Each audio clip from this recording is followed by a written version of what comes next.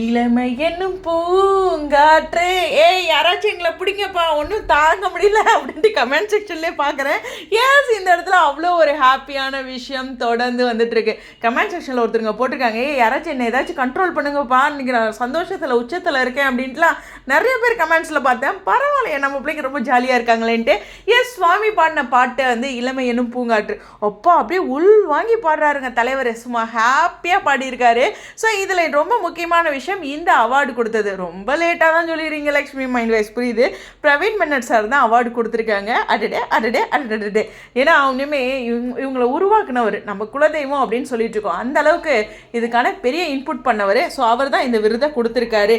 So இந்த விருது ரிலேட்டடாகவும் fans வந்து தொடர்ந்து ஹாப்பியாக இருக்கும்போது இன்னொரு விஷயம் சொல்லட்டுமா, நம்ம லக்ஷ்மி பிரியா டேக் ஆஃப் பண்ணியிருந்தாங்க. அதாவது டேக் பண்ணலாம், ஆனால் அந்த ஃபீல்டில் விழலை அப்படின்னு நான் மார்னிங் கொடுத்துருந்தேன் இல்லையா, அந்த அப்டேட்டை இப்போ நான் வாபஸ் பெறேன். ஏன்னா அவங்க மறுபடியும் டேக்கை ஓப்பன் பண்ணிட்டாங்க ஃபுல்லாக. இப்போ அவங்கள டேக் பண்ணால் 2 பேருமே அலோவ் பண்ணிட்டாங்க.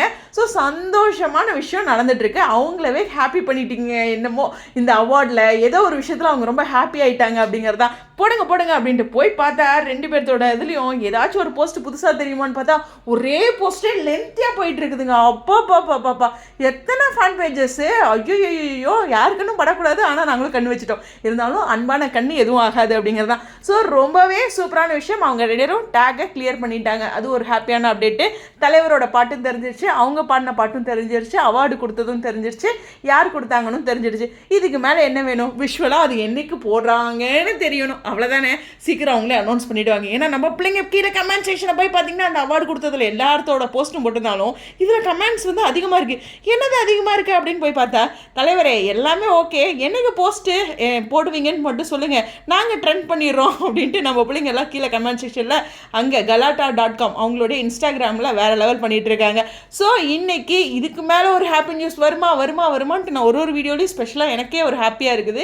எங்கள் அம்மா கிட்டே சொல்லிகிட்டு இருக்கேன், என்ன நான் இந்த ரூம்குள்ளே போனோன்னே நான் வேறு ஒரு லக்ஷ்மி ஆகிட்டு இருக்கேம்மா, கொஞ்சம் நேரமா என்னை ஏதாச்சும் கண்ட்ரோல் பண்ணுமா அப்படின்னு அவங்ககிட்டே தான் சொல்லிட்டு இருக்கேன். எனிவேஸ் இதுவே கடைசி வீடியோவாக இருக்கும்னு நம்பி தான் அடுத்த ஒரு வீடியோவும் போட்டுட்ருக்கேன். Anyways happy night stadium.